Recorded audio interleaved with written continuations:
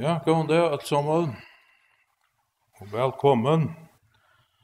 Og jeg skal altså vekna Østrelsmisjonene, forskere Østrelsmisjonene, be å dykke til å være velkommen her i dag, til disse tøymene vi Åli Andersen fra året til Israel i Danmark. Og velkommen, Åle. Deilig å se deg igjen på ferierne.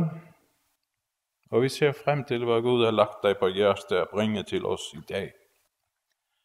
Jeg har hukket om et vers av og av, og det kan leses bare som et vers, men så kan det også lese, eller også djevant til å lese det, og i sånne sammenhenge, og det tja Jeremia, kapittel 20, og det verset, det «Tøy at jeg veit hva atlander jeg har jo hytje vittikon, sier Herren, atlander fri og ikkje avgave, til tess at veita tikkun vevnruika framtøy».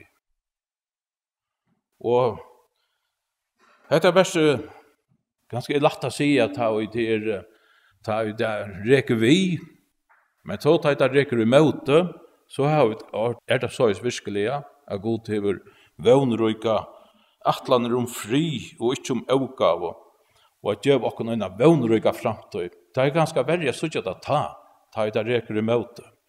Men det hever så god sagt at han hever atlander vi okken, og i trygg av Jesus, så har vi en vevnruika framtøy.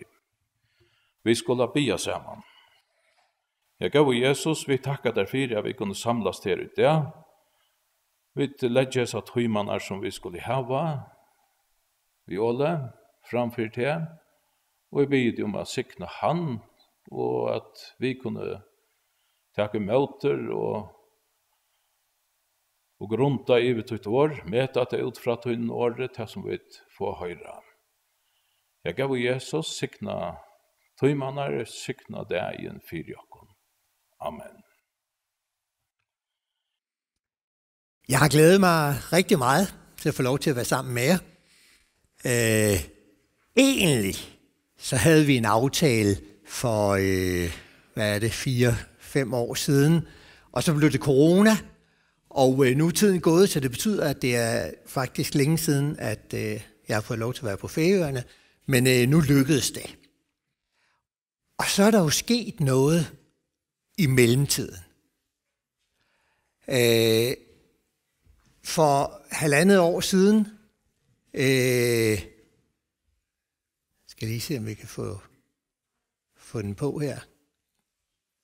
For 1,5 år siden blev Israel angrebet i et enormt stort og forfærdeligt terrorangreb, som fuldstændig har ændret rigtig meget i livet i Israel. Og det betyder, at situationen på mange måder i Israel i dag er meget, meget anderledes, end hvis jeg havde været på besøg hos jer for 4-5 år siden. Jeg har været i Israel nogle gange her under krigen, og i min levetid har jeg aldrig nogensinde oplevet Israel blive så forandret på så kort tid. Det Israel, der er i dag, er på mange måder et fuldstændig andet Israel, end det, der fandtes 6. oktober for 1,5 år siden. Og vi har hørt rigtig meget om det i medierne. Om terrorangrebet på Israel, om Gaza, om Libanon, om Yemen og raketangreb og Iran. Og jeg tror, at rigtig mange kristne i det sidste 1,5 år mange gange har tænkt, hvordan skal vi forstå alt det, vi hører om i medierne fra Israel? Hvordan skal vi forstå det ud fra Bibelen? Er der noget i Bibelen, som kan hjælpe os til at forstå det, som vi hører i medierne om, hvad der sker i Israel? Jeg tror rigtig mange kristne gang på gang i de sidste 1,5 år har spurgt sig selv om det. Og jeg tror ikke, at vi i Bibelen kan finde en profeti, der sådan helt præcist forudsiger det, der skete 7. oktober. Det tror jeg ikke, vi kan. Men vi kan finde rigtig meget i Bibelen, som hjælper os til at forstå det, der sker med Israel og Mellemøsten. Og vi kan finde rigtig meget i Bibelen, som giver en synsvinkel og et perspektiv på det, der sker i Israel, som vi som regel ikke får i medierne, og som faktisk mange gange er vigtigere end det, vi hører i medierne. Så jeg har glædet mig til at være sammen med jer i dag og prøve at dele nogle af de ting, som Bibelen siger, som baggrund for, at vi kan forstå det, der sker i Israel. Og det er jo et fantastisk privilegium at få lov til at stå her, ikke bare sådan 1 time, men 2 timer, 3 timer, 4 timer herfrem. Og nu må vi se, hvor mange af jer, der holder ud til i aften jo. Men det er et privilegium, fordi det gør, at vi kan grave lidt dybere. Og jeg har tænkt mig, at det vi skal, det er, at vi her i den første time, der skal vi sådan prøve at tage det noget grundlæggende. Og jeg tror, at for nogle af jer, der vil tænke, okay, det var så ikke så meget nyt. Men simpelthen lige prøve at se på, hvad er sådan helt overordnet det, Bibelen siger om Israel som Guds folk i Guds store plan for hele verden. Det er noget, der meget, meget sjældent bliver talt om i medierne.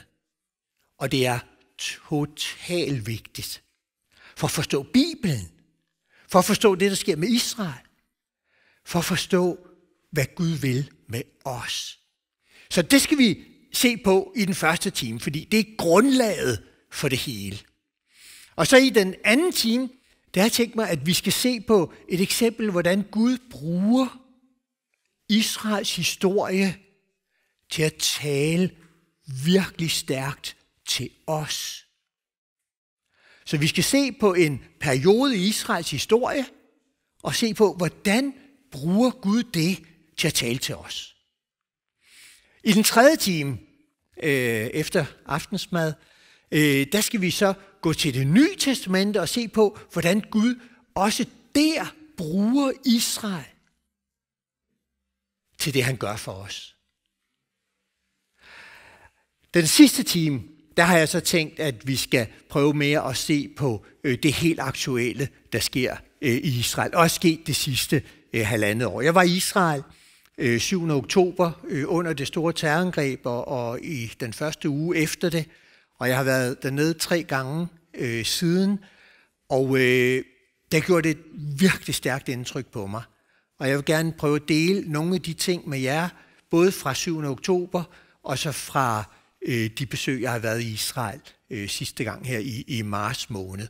Fordi jeg tror, at her er der rigtig mange ting, som vi ikke hører så meget om, men som er så vigtige for at forstå det, der sker i Israel.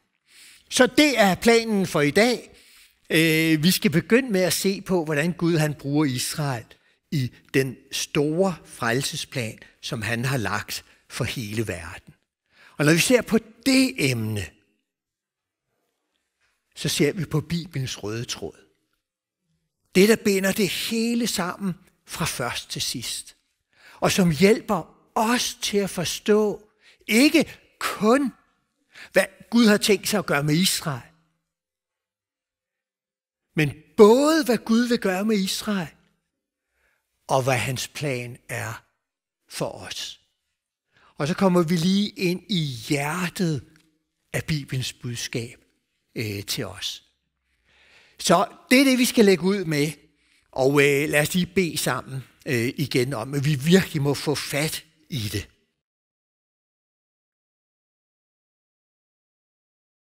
Herre Jesus, allerførst tak, fordi at det ikke bare er os, der er sammen, men at du er her.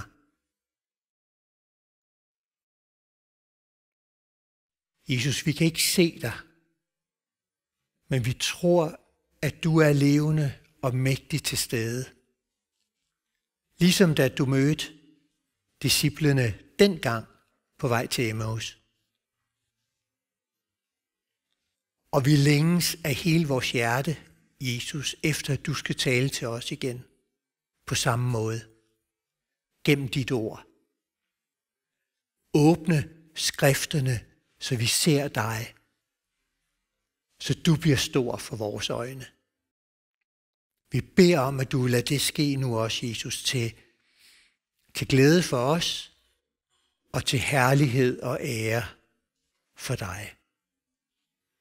Jesus, lad din hellige ånd arbejde stærkt på os, også nu i eftermiddag, så vi ser dig. Amen.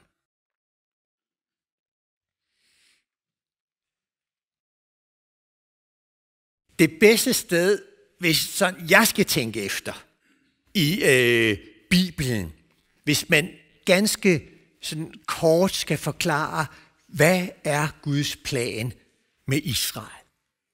Hvorfor er Israel specielt? Hvorfor holder vi nu i dag i Emmaus en dag med timer om Israel, og ikke om Brasilien, eller Vietnam, eller et eller andet land i verden? Hvorfor er Israel så speciel? Og det bedste sted, jeg kender i Bibelen, der siger noget om det, det er det allerførste sted i Bibelen, hvor vi hører om Israel. Første sted i Bibelen, hvor Israels folk er omtalt. Det er i 1. Mosebog kapitel 12. Vi er rigtig langt tilbage i historien, ikke? Altså, Bibelen er kun, om jeg så må sige, 11 kapitler gammel. Og vi skal lige se på indledningen af kapitel 12. Det er helt tilbage til Abrahams tid. Og det er så langt tilbage, at Abraham endnu ikke har fået navnet Abraham, men bare hed Abram, som han hed oprindeligt. Og da Gud så mødte ham og ændrede hans liv, så som så mange andre i Bibelen, så fik han også ændret sit navn. Så vi er virkelig langt tilbage. Abraham, som var barn i en familie, hvor familien dyrkede afguder. En hedningefamilie, som alle andre familier derovre i Mesopotamien, mellem eller Irak-området, hen i retning af det, vi kalder Iran i dag, ikke også? Der voksede han op i en familie, der ligesom alle andre familier i det område, som hele slægten dyrkede afguder. Og så giver Gud sig til kende for ham. Og Abraham kommer til tro på den ene sande Gud. Bibelens Gud. Og så her i kapitel 12, der kommer i nogle meget, meget kendte vers, der kommer Gud så til Abraham og siger faktisk en hel række ting, men vi skal bare se på 3 af de ting, Gud siger, som er altafgørende for at forstå det der med Israel. Lad os prøve lige at læse det, de første 3 vers der. Og altså, jeg beklager jo, jeg kan hverken tale eller læse på færøsk, så I bliver nødt til at få det på dansk, og jeg plejer at sige, at det er virkelig godt, at I er bedre til dansk, end jeg er til færøsk, fordi ellers så vil det gå fuldstændig galt her. Jeg læser det, som det står i den danske bibel. Der står sådan her: Herren sagde til Abram, forlad dit land og din slægt og din fars hus og drag til det land, jeg vil vise dig.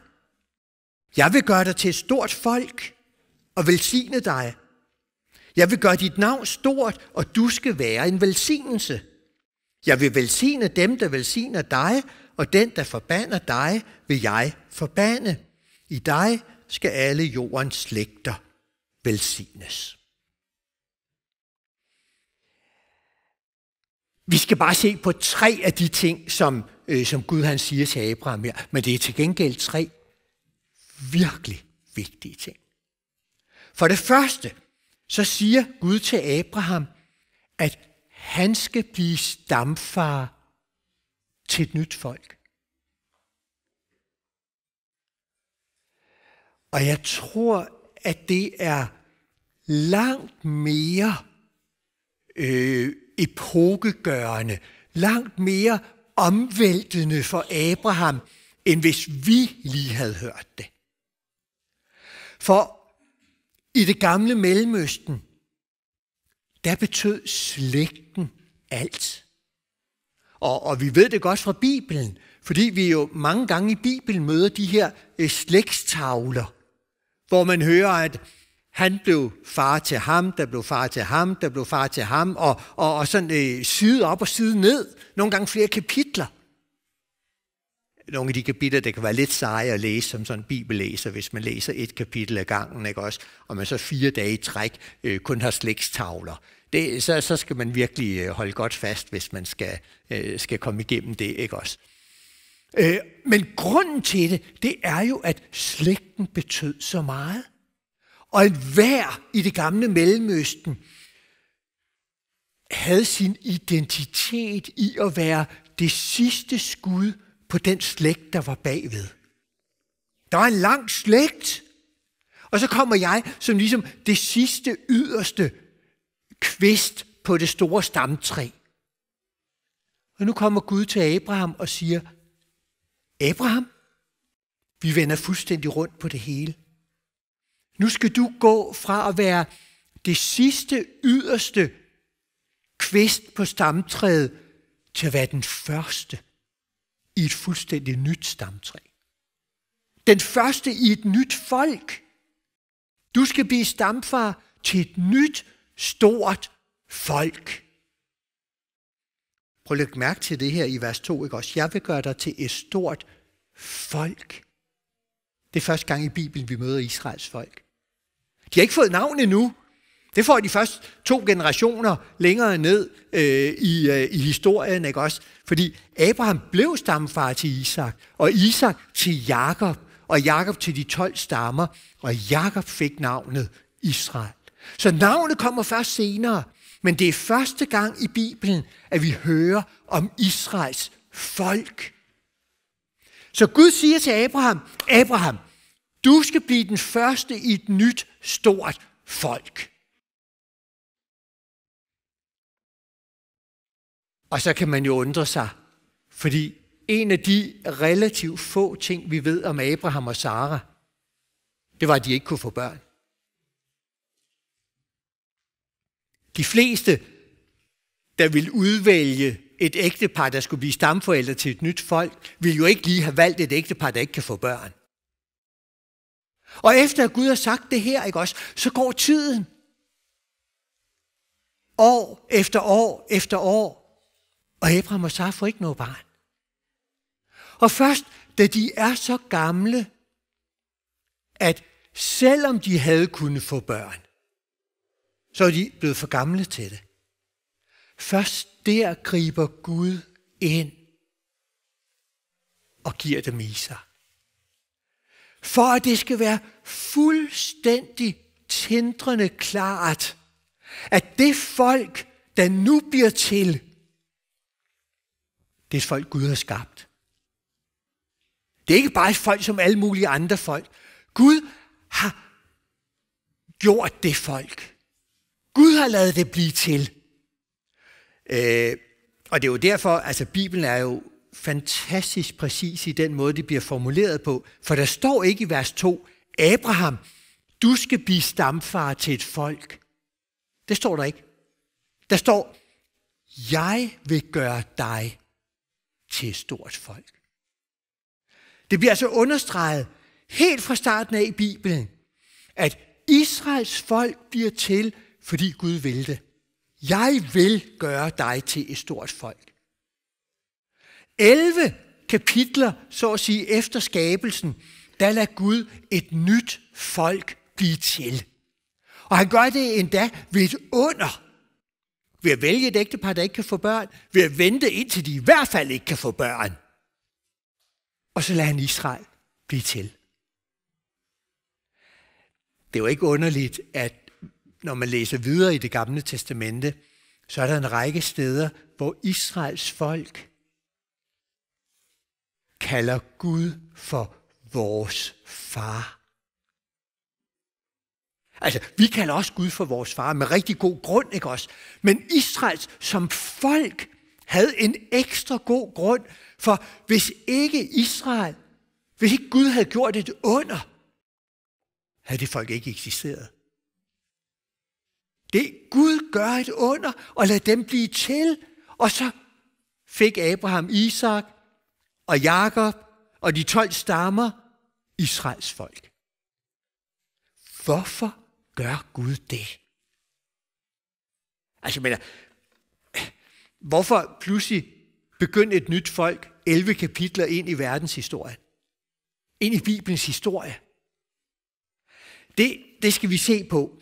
Men inden vi ser på det, så lad os lige se på det andet, som vi hører her i 1. Mosebog, kapitel 12. At Gud ikke bare taler om et nyt folk, men han taler også om et nyt land. Og så sender han Abraham ud på den der store rejse, som kom sådan i 2 afdelinger. Og først da Abraham kommer til det, vi i dag kender som Israels land, så siger Gud, stop! Det her, Abraham. Det her, det folk, du skal blive til, skal leve. Det er her, jeg vil bruge det folk. Så her i kapitel 12, der begynder Gud forfra et nyt folk. Og så sender han Abraham ud på en rejse til et nyt landområde. Hvorfor? Og svaret, det får vi jo i det 3., vi skal lægge mærke til her i de første vers af 1. Mosebog, kapitel 12. Den sidste sætning i det 3. vers. På dansk, der står det sådan her. I dig skal alle jordens slægter velsignes. Altså, i dig skal der blive velsignelse til alle folk på jorden. Alle folk, alle slægter. Og jeg tænker her, bare lige en lille smule, som jeg tror er hvor vi virkelig kan få lidt hjælp fra hebraisk faktisk.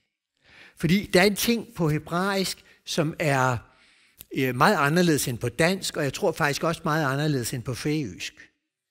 Og det er ordet i. Vi er inde i huset nu.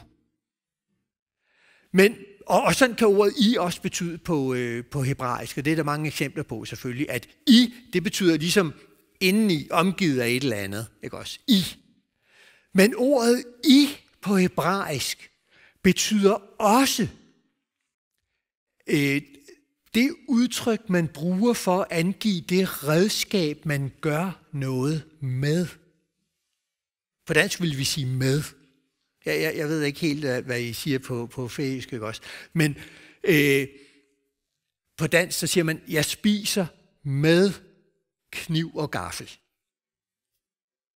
Det er de redskaber, jeg bruger. Og man kan undre sig lidt over, at man bruger ordet med, fordi der er ikke meget samarbejde. Altså, det er den, der sidder med kniv og gaffel, der bestemmer det hele her, ikke også? Så det er ikke sådan et samarbejde. Men det er ord, som vi oftest bruger. Man kan også bruge på dansk ordet gennem eller ved i nogle situationer, for at angive det redskab, man gør noget med. Men på hebraisk, der bruger man meget ofte ordet i. I kan huske beretningen der, hvor David og Goliat kæmper mod hinanden. Og så står der, at Goliat, han kommer, og så står der faktisk på hebraisk, i sit sværd. Altså på dansk, med sit sværd. Det redskab, han kom med, det var hans store sværd. Ikke også? Han kom i sit sværd, fordi det angiver redskabet. Og det er den betydning, vi har her i 1. Mosebog, kapitel 12, når der står, i dig siger Gud til Abraham. Altså, så siger han, med dig som redskab. Med det folk, som du skal blive til, Abraham. Det skal være mit redskab. Til hvad? Til at bringe velsignelse til alle folk på jorden. Så er der det andet ord, som er meget vigtigt her, ikke også? Ordet velsignelse.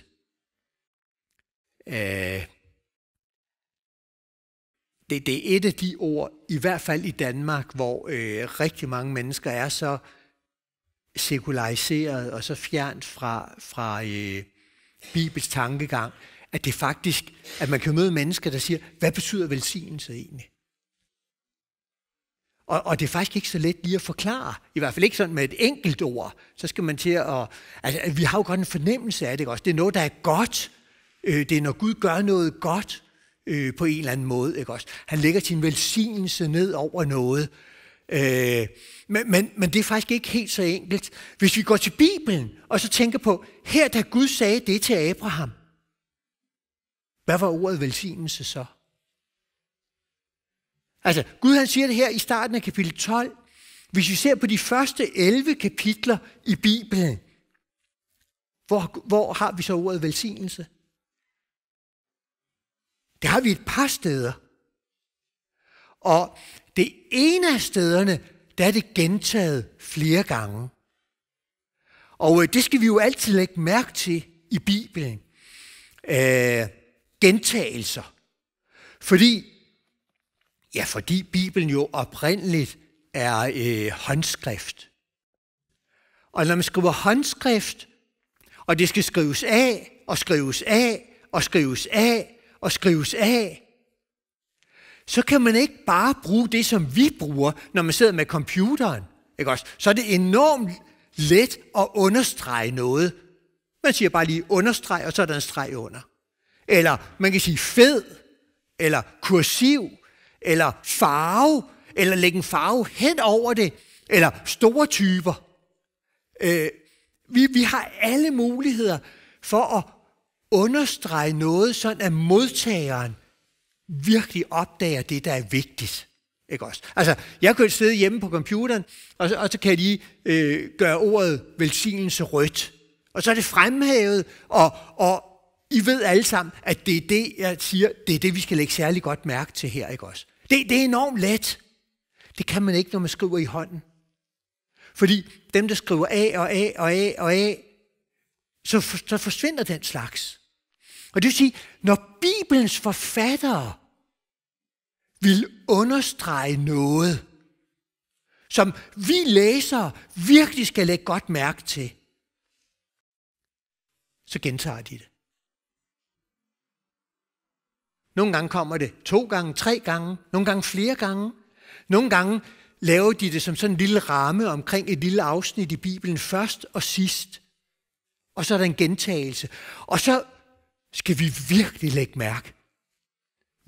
mærke til det. For det er noget, Bibelen bruger for, at vi virkelig skal lukke sanserne op og øjnene op, og så forstå, det skal vi lægge mærke til. Og der er et sted i de første 11 kapitler af Bibelen, hvor ordet velsignelse på den måde er understreget. Det er, hvis vi går tilbage til Edens have, skabelsesberetningen, de første 2 kapitler af Bibelen. Der er der faktisk rigtig, rigtig mange understregninger, rigtig mange gentagelser. Hele systemet er jo ligesom en stor gentagelse, ikke også? Dag 1, dag 2, dag 3, og så den måde, Gud skaber på. Gud sagde, og det blev til. Og så står der i mange tilfælde, og Gud så det, han havde skabt. Altså, ligesom et firma, som fremstiller en vare, at inden varen bliver sendt ud på markedet, ud i forretningerne, så er der sådan et, han har sagt, kontroleftersyn af det, der er fremstillet.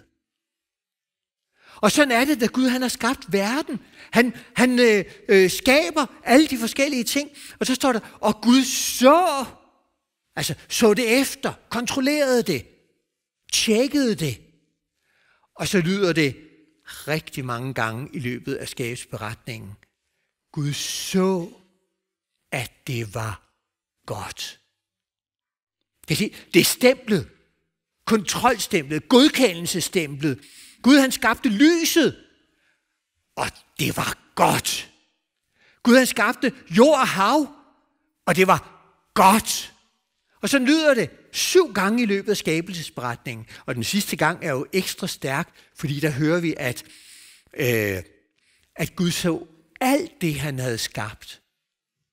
Og han så, at det var virkelig godt.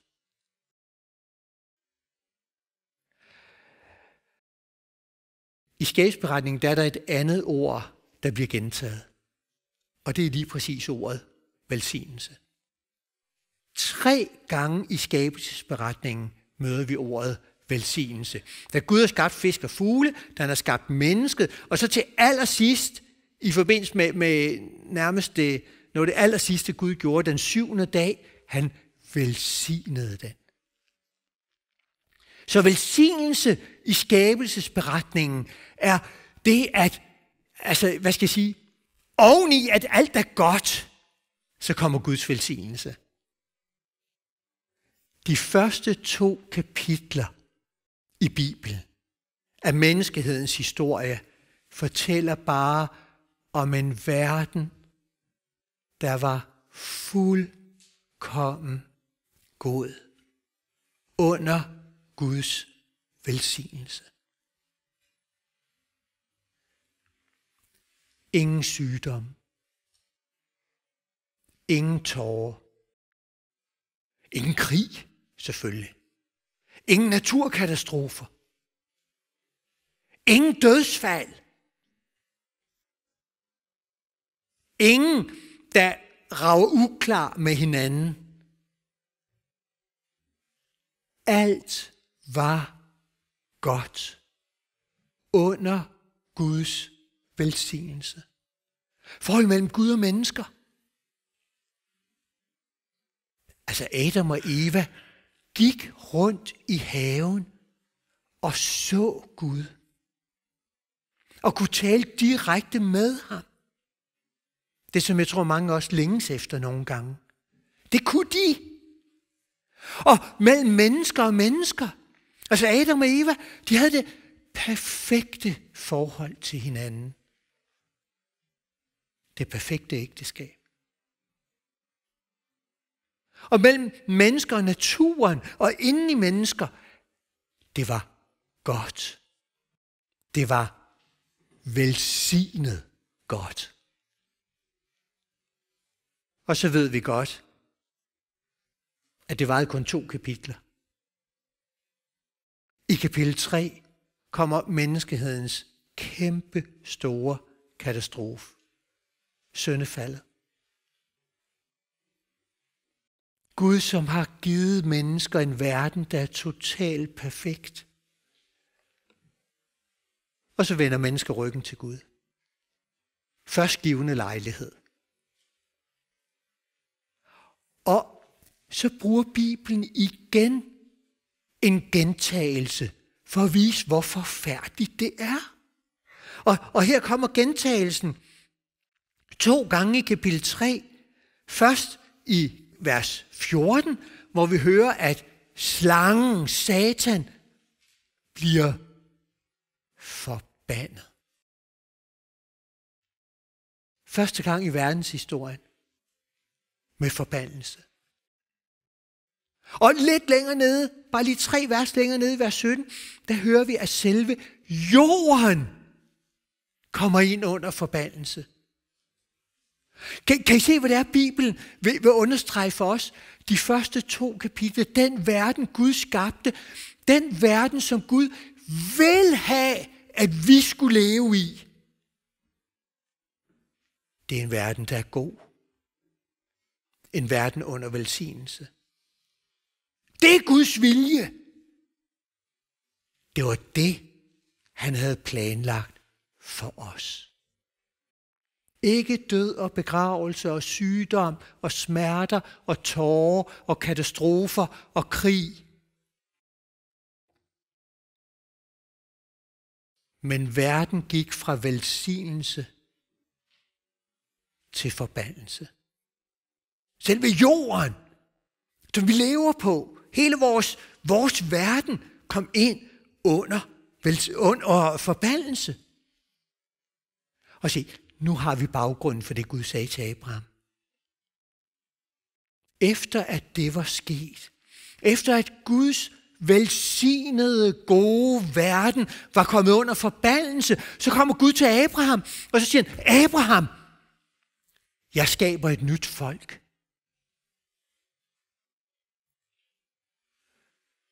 Og så vil jeg bruge det folk som redskab til at bringe velsignelsen tilbage for alle folk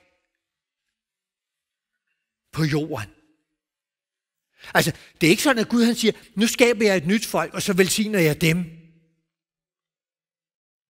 Nej, han siger, jeg skaber et nyt folk for at have et redskab til at gennemføre min frelsesplan på jorden, så velsignelsen engang kan komme tilbage.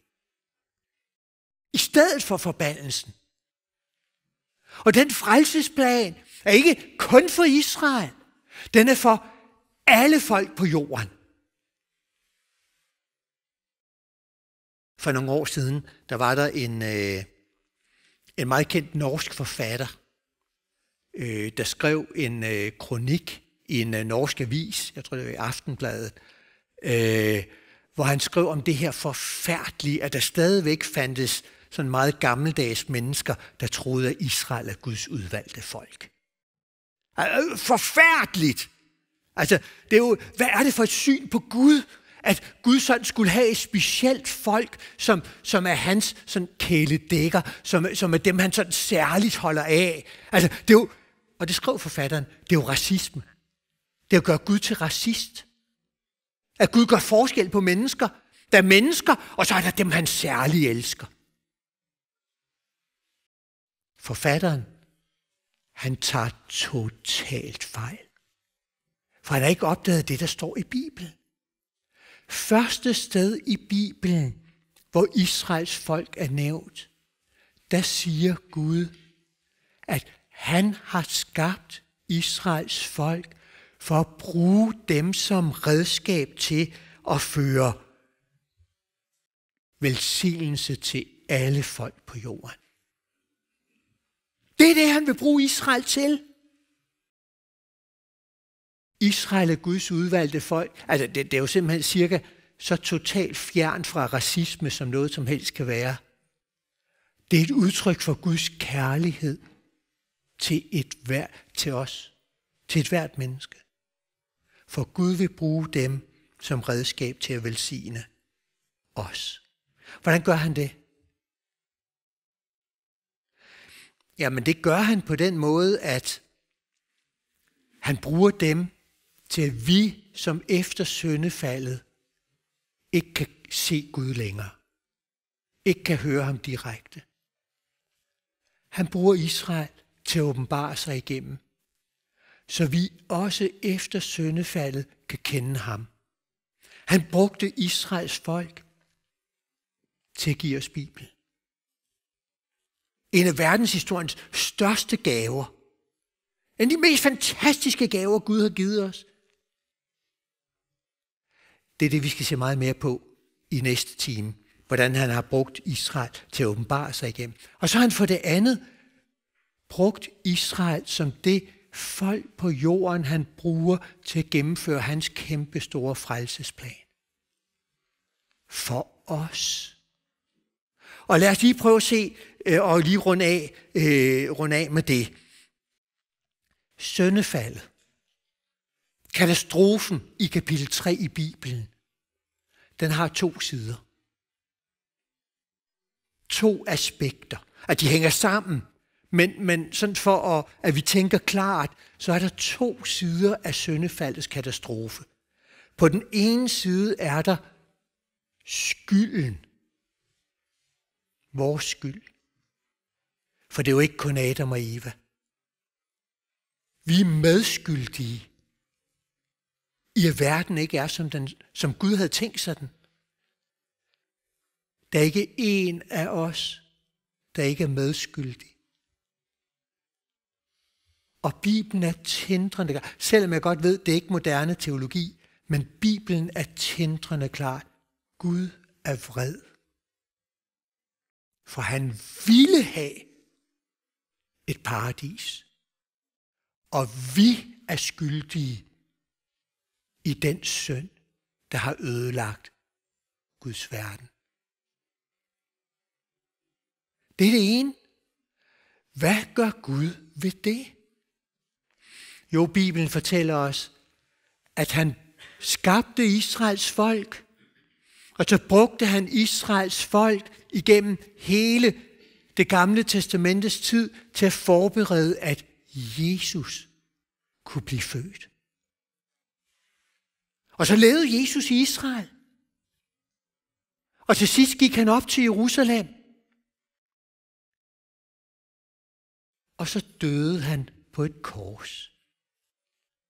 Og Paulus fortæller os, at det, der skete der, da han døde på korset, det var, at han blev, og så bruger Paulus udtrykket, en forbandelse for vores skyld. Kan I se, al den forbandelse, der kom ind i kapitel 3 i Bibelen, fra syndefaldet, det blev lagt ned på Jesus.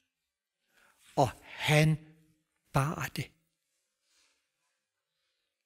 Og det er vores eneste mulighed for at gå fri for Guds vrede. At Jesus, det vi lige har hørt om i påsken, ikke også? Han bar det. Han tog vores forbandelse. Så Gud brugte Israels folk til, at Jesus kunne komme og bære vores forbandelse.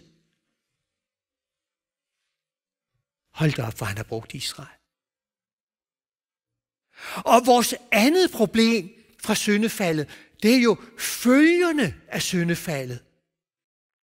Det er det, vi bliver syge. At vi synder. At vi ender med at dø. At verden er, som den er. Alt det onde, der er kommet ind i verden, det følger af syndefaldet. Altså, Bibelen er jo tindrende klar her, ikke også? Jeg ved godt, at mennesker i dag siger, at mennesker er godt nok på bunden, ikke også? Som om, at alt det onde, det er bare sådan småfejl, der kommer ind, ikke også? Bibelen siger, det er meget værre. Det er bunden, der er galt. Og derfor er verden galt. Og derfor er verden så fuld af lidelse. Hvad gør Gud ved det? Jo, lad os runde af her. Ved at gå hen i det sidste kapitel i Bibelen. Der er et fantastisk vers. Jeg kan huske som barn, jeg voksede op i en kristen familie, og vi hørte meget fra Bibelen derhjemme. Jeg tror aldrig, jeg hørte det vers. Jeg var ret gammel, inden at det pludselig gik op for mig, hvad der står i det vers. Og det blev til en fantastisk åbenbaring af Guds store plan for mig. Det er henne i de to sidste kapitler af Bibelen, kapitel 21 og 22 i Johannes åbenbaring, handler jo om den verden, der kommer, når Jesus kommer igen. Når Jesus kommer igen, og der skal ske en hel masse ting, og så slutter det med en ny himmel og en ny jord. Og så giver Gud Johannes sådan en rundtur med en engel som turistguide på den nye jord, inden den er kommet, i syner. Og så fortæller han om det, ikke også? Og så fortæller han om alt det, han ser i den her nye jord, der kommer, ikke også? Kapitel 22, vers 1. Englen viste mig floden med livets vand, klar som krystal. Den vælder ud fra Guds og lammets trone. Ikke også? Nu bor Gud igen på jorden. I dag er Gud i himlen. Fader vor, du som er i himlen. Men her, der er Guds trone flyttet ned på jorden igen. Ligesom i det første paradis. Og så kommer beretningen også. I midten med gaden på den ene side og floden på den anden står livets træ. Altså, det er paradiset, der er kommet tilbage. Sådan ender det. Og så kommer det i vers 3. Og der skal ikke mere være nogen forbandelse. Har I lagt mærke til det vers før? Sådan ender Bibelen. Kan I se, hvordan Bibelen hænger sammen? Bibelen begynder med 2 kapitler om velsignelse, Guds skaberværk, Edens have, hvor alt er godt, hvor alt er under Guds velsignelse. Og så går det hele i stykker ved syndefaldet. Der er stadigvæk glimt af skønheden, naturen, ikke også? En solopgang. Men der er gået skår i alting. Verden kom ind under forbandelse. Og sådan har det været hele vejen igennem. Indtil Bibelens 2 sidste kapitler. Når Jesus kommer igen, siger Bibelen, så bliver al forbandelse fjernet. Velsignelsen er genoprettet. Paradis er tilbage. Den verden Gud vil have, at vi skal leve i. Kan I se, det er det her Gud talte til Abraham om. Gud sagde til Abraham her, lige kort tid efter syndefaldet, ikke også? Abraham, nu skaber jeg dig til et stort folk, som jeg vil bruge i min plan igennem hele verdenshistorien til at genoprette velsignelsen. Til at bringe velsignelse tilbage til alle folk på jorden. Ikke også? Og så brugte han i Gamle Testament Israel til at forberede, at Jesus kunne komme. Så brugte han på Nye Testamentets tid Israel til Jesus kunne komme. En jødisk mor voksede op i Nazaret, blev født i Bethlehem, voksede op i Nazaret, boede op i Kapernaum ved Genesarets sø, gik til Jerusalem. Ikke? Han brugte Israel som hele rammen, som han havde sagt, sådan at Jesus kunne dø på korset og bære vores forbandelse. Og han bruger stadigvæk Israel, fordi lidelsen er her stadigvæk. Følgen af syndefaldet er her stadigvæk, og så bruger han stadigvæk Israel igennem de sidste tider frem til Jesus kommer igen. Og når Jesus er kommet igen, så siger Bibelen, al forbandelse skal for evigt fjernes.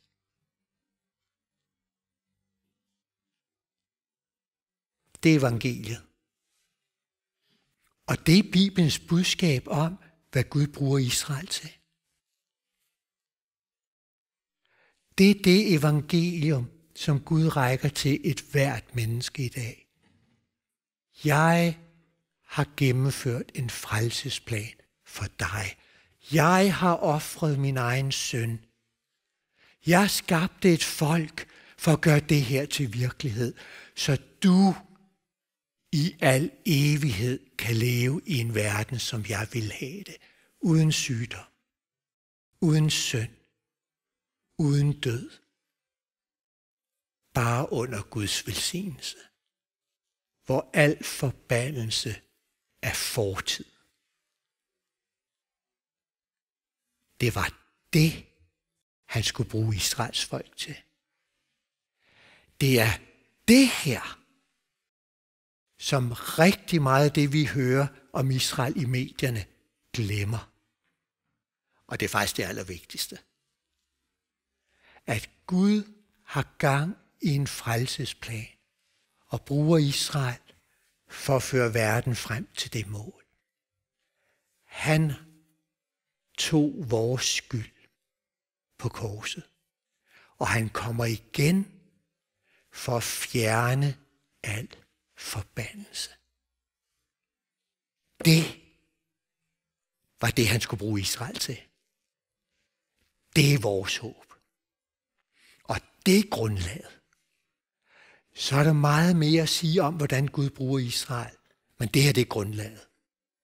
Og det, der er mere at sige om, det kræver vist, at vi får en kop kaffe først, tror jeg. Så vi stopper her.